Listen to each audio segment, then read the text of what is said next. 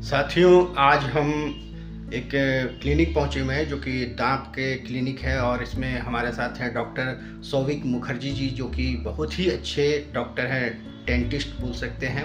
ये दांत के डॉक्टर तो हैं ही और साथ में बहुत ही कह सकते हैं कि मनोरंजक भी हैं और साथ में इनका स्वभाव इतना बढ़िया है कि अगर आप इनसे मिलेंगे तो आपको लगेगा कि इन्हीं से इलाज कराएं। तो आज इनसे हम जानते हैं कि अगर दंत चिकित्सा की जो बात होती है, कई बार जो है कहीं बहुत लोग जाते हैं तो सेटिस्फाइड नहीं हो पाते हैं किसी वजह से, लेकिन इनके पास जब आप आएंगे तो पूरी तरह से आप सेटिस्फाइड भी होंगे। और किस किस तरह की समस्या होती है दांत की, आइए इन्हीं से जानते हैं। सर, हम आपसे ये जानना चाहेंगे कि अगर दांत से संबंधित जो रोग होते हैं वो कौन कौन से रोग होते हैं और उसका इलाज किस प्रकार से संभव है? दांत से रिलेटेड बहुत सारा बीमारी है। दांत जनरली केवल दांत में सबको लगता है कि पेन है, केवल पेन ही नहीं होता है। दांत से रिलेटेड बहुत सारा चीज़ होता है, जैसे सॉफ्ट टिश्यू होता है, मसूड़ा होता है, जीभ होता है, थ्रोट होता है। ये पूरा सॉफ्ट टिश्यू में बहुत सारा बीमारी होते हैं दांत से रिलेटेड।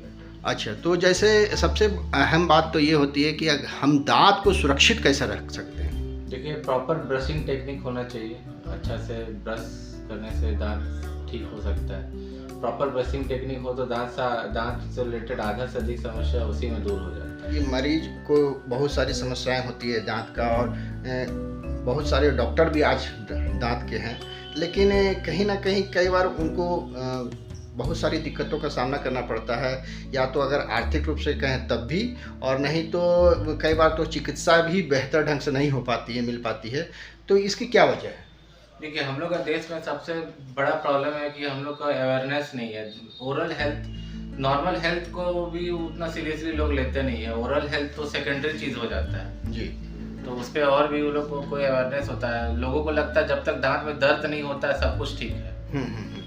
कैविटी हो या दांत से खून आ रहा हो या बदबू आ रहा हो, किसी को कोई मतलब उतना नहीं रहता है, क्योंकि ओरल हेल्थ को लेकर हम लोग के देश में उतना लोगों में ये नहीं, जागरूकता बिल्कुल भी नहीं है। अच्छा, तो सर, जैसे कि मान लीजिए कि जो दांत से अगर बदबू आ रही है या पीलापन आ गया है या पायरिया की भी बहुत सी समस्या होती है, तो इसकी क्या मतलब खान पान वजह होती है या कोई और वजह होती है? बहुत सारा वजह होता है, जेनेटिक भी होता है। जनरली जेनेटिक होता है, जो ब्लीडिंग गम्स होता है, उसको प्रॉपर ट्रीटमेंट नहीं होने पे वो जाके बाद में पायरिया हो जाता है। हेलिटोसिस बोलते हैं, जिससे मुंह का बदबू आता है। सब ब्लीडिंग गम्स के रिलेटेड ही होता है। अच्छा, एक आरसीटी जो है आज की तारीख में कह सकते हैं कि जिस डॉक्टर के पास जाइए, दांत के डॉक्टर के पास, तो कम से कम ये आरसीटी के बारे में बोलते हैं। तो आरसीटी कराना कितना वाजिब होगा या फिर उससे बचा भी जा सकता है?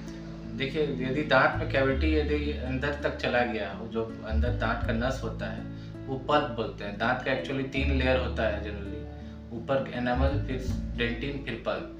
वो दांत ऊपर से सड़ता हुआ जब डेंटिन में चला जाता है, डेंटिन से बढ़ते बढ़ते वो पल्प तक चला जाता है, तो दांत पूरा इन्फेक्टेड हो जाता है। तो हम लोग क्या करते हैं, वो पूरी पल्प को बाहर निकाल देते हैं, वो इलाज के थ्रू। उसको रूट कैनाल ट्रीटमेंट या आरसीटी बोलते हैं। यदि आप टाइमली दांत को फिलिंग करा लीजिए, यदि दांत को बचाया जा सके तो टाइमली यदि फिलिंग हो जाए तो रूट कैनाल का जरूरत ही नहीं पड़ेगा। अच्छा, और दांत को सुरक्षित रखें, इसके लिए और क्या उपाय हो सकता है? इसके लिए आप हर 6 महीने में एक बार डेंटिस्ट को दिखा दीजिए। कम से कम जनरल चेकअप जरूर करा लीजिएगा, जिससे पता चल जाएगा कि आपका सब चीज़ ठीक है या नहीं। क्योंकि लोगों का अवेयरनेस तो नहीं है, वो सोचेगा दांत में दर्द नहीं है तो सब ठीक है। तो आपसे ये भी जानना चाहेंगे कि स्केलिंग क्या है, और दांतों की सफाई के लिए बहुत से डॉक्टर कहते हैं कि स्केलिंग कर लेना आवश्यक है, तो स्केलिंग से क्या फ़ायदा है ये बताएं।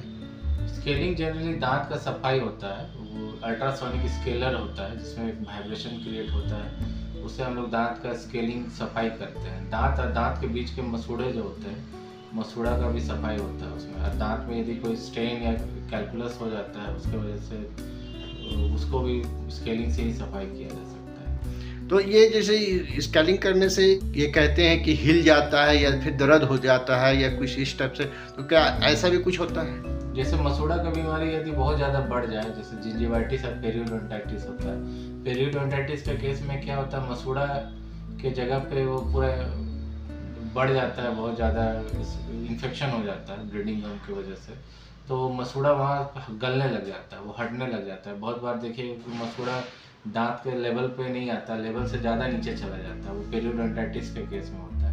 उस केस में स्केलिंग थोड़ा सा मुश्किल होता है, उसमें दांत को होल्ड पकड़ कर भी कभी कभी स्केलिंग करना पड़ता है।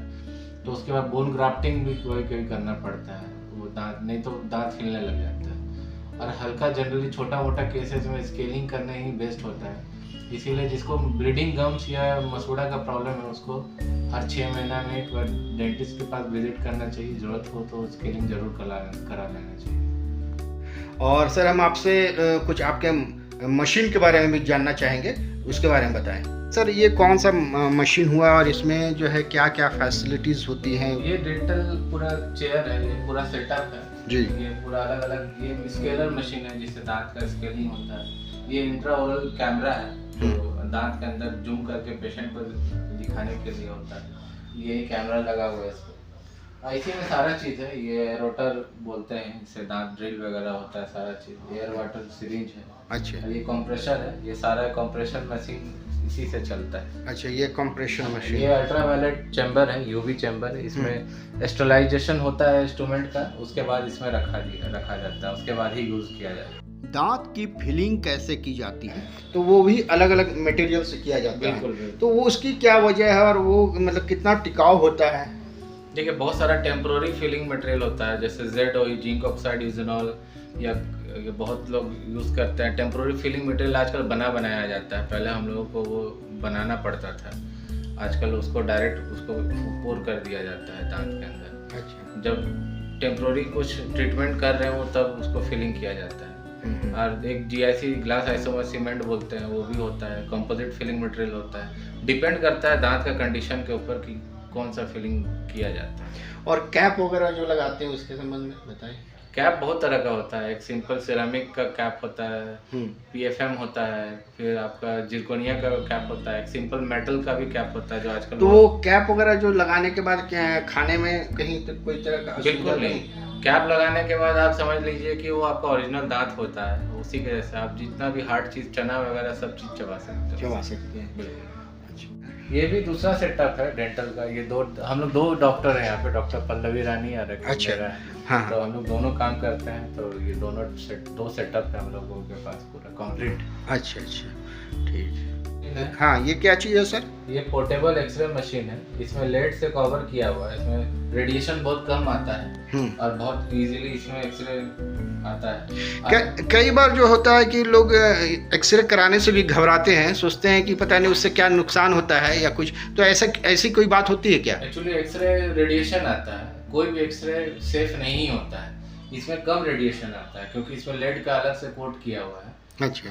लेकिन एक्सरे जितना हो सके अवॉइड ही करना चाहिए लाइफ में। और ये एक मशीन है जो ये कंप्यूटर से जुड़ा हुआ रहता है, इसको RBG बोलते हैं। अच्छा।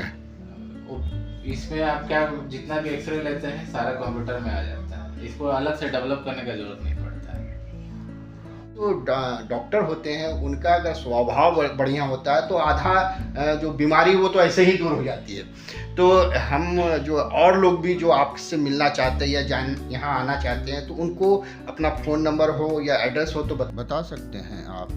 मैं डेंटल क्लिनिक है Mukherjee dental clinic, Ratu road, opposite of Jaiswal petrol pump, इसी पारस प्लाजा बिल्डिंग का नाम है, इसी में शॉप नंबर 2 है। और फ़ोन नंबर वगैरह बता दे सर? Phone number 9431520555। अच्छा, तो आपसे संपर्क करना चाहते हैं, संदेश के रूप में आप क्या बोलना चाहेंगे? संदेश के रूप में बस प्रॉपर ब्रशिंग कीजिए और पेशेंट डॉक्टर को जरूर 6 महीने में एक बार डेंटिस्ट के पास जरूर विजिट कर लीजिए।